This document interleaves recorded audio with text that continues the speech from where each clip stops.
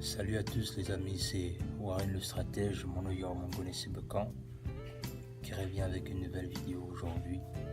Donc, merci de vous abonner sur la page et de partager au maximum et surtout de laisser des commentaires parce que le sujet qui arrive, je pense que ça va intéresser plus d'un. Merci. Alors, cette vidéo a pour titre l'importance d'associer nos enfants dans nos domaines d'activité. Certainement les gens vont se dire mais pourquoi tu évoques tel sujet, pourquoi l'utilité on va dire ça comment, et souvent à associer nos enfants dans le domaine d'activité. Mais la raison est très simple, elle est celle-ci. Je suis parti d'un constat tout simple, c'est que les gens ne comprennent pas que c'est souvent important d'associer leurs enfants dans ce que l'on fait. Je m'explique. On va prendre un exemple tout simple parce que, comme je dis toujours au préalable, j'aime parler de façon imagée. On prend un principe simple. Vous êtes un parent et vous êtes agriculteur. Mais lorsque vous êtes agriculteur, vous faites tout pour faire en sorte que votre enfant puisse avoir une meilleure éducation, possible. Mais maintenant, en ayant cette meilleure éducation, vous l'envoyez à l'école et ensuite il arrive à faire des études supérieures. Mais quand je parle d'associer nos enfants dans notre domaine d'activité, je fais allusion à ceci. Je fais allusion au fait que lorsque tes parents sont dans une structure, il est toujours important que lorsqu'on a des enfants, d'encadrer les enfants dans cette structure en fait, de façon à ce qu'on puisse préserver le patrimoine familial. C'est-à-dire, si le père est agriculteur, lorsqu'il envoie son fils à l'école, ce qu'il peut faire, il ne va pas forcer son fils, mais ce qu'il peut faire, c'est qu'il peut suggérer à son fils de faire des études sur l'agronomie. Ça veut dire que ce dernier aura la possibilité de faire en sorte qu'il n'est pas obligé d'être agriculteur, mais il va apprendre des techniques susceptibles d'aider l'activité que son père avait commencé au départ. Donc ça veut dire quoi? Ça veut dire que le père, par exemple, a commencé à travailler avec ses mains, puisque c'est tout ce qu'il avait.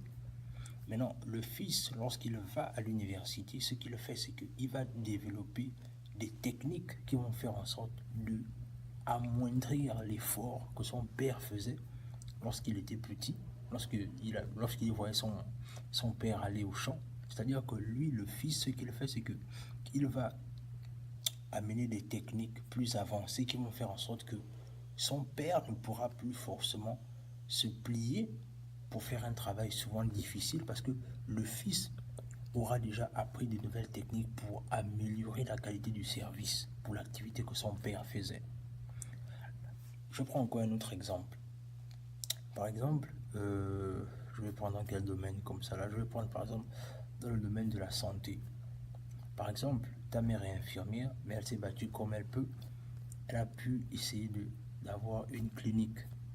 Mais dans les cliniques, là, elle n'est pas docteur, elle est juste infirmière. Donc, du coup, elle est obligée d'embaucher un médecin pour consulter les gens. Le truc qui se passe, c'est que souvent, les gens, ce qu'ils peuvent faire, c'est que tu peux faire des études de médecine. Si ça te plaît d'abord, c'est comme je dis toujours, le plus important d'abord, c'est de discuter avec l'enfant. Si l'enfant, l'idée lui plaît, ce qu'il peut faire, c'est que puisque maman a déjà créé une clinique, ce que l'enfant peut faire par contre, c'est qu'il peut faire des études de médecine. Il n'est pas forcément obligé d'être médecin, il peut être kinésithérapeute, il peut être peu importe, mais ce qu'il va faire, c'est qu'il va simplement rester dans le domaine dans lequel c'est-à-dire le domaine dans lequel ses parents ont commencé, et c'est dans le domaine dans lequel lui va simplement venir pour apporter plus d'expertise en fait. Donc c'est pour dire quoi? C'est-à-dire que je suis parti d'un constat simple, c'est que la richesse se développe plus lorsqu'elle est d'abord montée par une activité familiale. Malheureusement, ce qui se passe, c'est que chez nous en Afrique, on a tout tendance à faire quoi? C'est-à-dire, notre père est agriculteur, nous on veut faire un domaine tout simplement opposé à ce que notre père fait. C'est une bonne chose en soi, c'est pas quelque chose de mauvais. Mais je dis juste que si au bout d'un certain temps, par exemple, tu veux évoluer dans un certain domaine, c'est-à-dire ton père est agriculteur, tu aurais plus à gagner en te lançant dans le domaine de l'agronomie pour faire en sorte de créer un empire familial qui va faire en sorte que la richesse que vous avez dans votre famille ou le potentiel que vous avez dans votre famille puisse se pérenniser. Et ça, j'ai vu ça dans le domaine des États-Unis, là où je suis actuellement. C'est que ici, il y a beaucoup d'entreprises qui se sont conçues de génération en génération. Parce que quoi? Parce que les parents ont compris le fait qu'il faut garder cette vision quand une idée naît dans la famille, de façon à ce que l'idée puisse se pérenniser avec le temps. Mais malheureusement chez nous, c'est-à-dire que souvent on fait des formations qui sont souvent opposées à ce que nos parents ont fait, ce qui fait que du coup, ça crée souvent un certain déséquilibre parce que tout le monde veut faire, tout le monde va dans les directions opposées et du coup, ça crée une forme de... ce déséquilibre, ça, chacun puisse aller dans la direction opposée. J'en ai vu pas mal que chacun doit avoir une vision.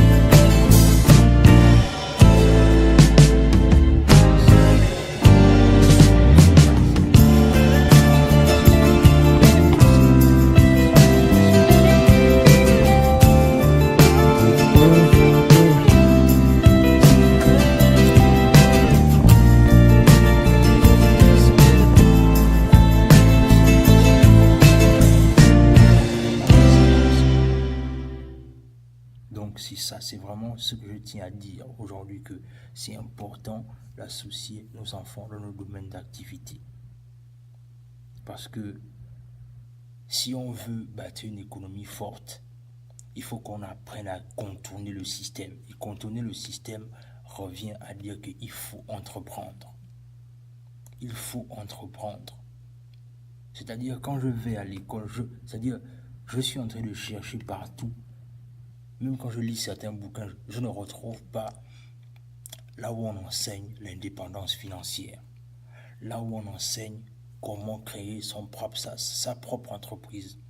Tout ce qu'on fait à l'école, c'est qu'on enseigne à ce que les gens trouvent du travail et à la fin, on t'enseigne comment créer un CV pour aller chercher du travail. Mais on ne veut pas enseigner les gens l'indépendance financière. On ne veut pas enseigner aux gens la liberté financière et la liberté de pouvoir créer sa propre entreprise. Donc, il est temps que ça change et que tu allumes ton cerveau de façon à ce qu'on puisse sortir de cette dépendance dans laquelle on se trouve. Donc, c'était Warren le stratège, mon nom est Mango Nesibekan. Si tu as aimé la vidéo, partage-la et surtout abonne-toi à ma chaîne parce que le meilleur est à venir.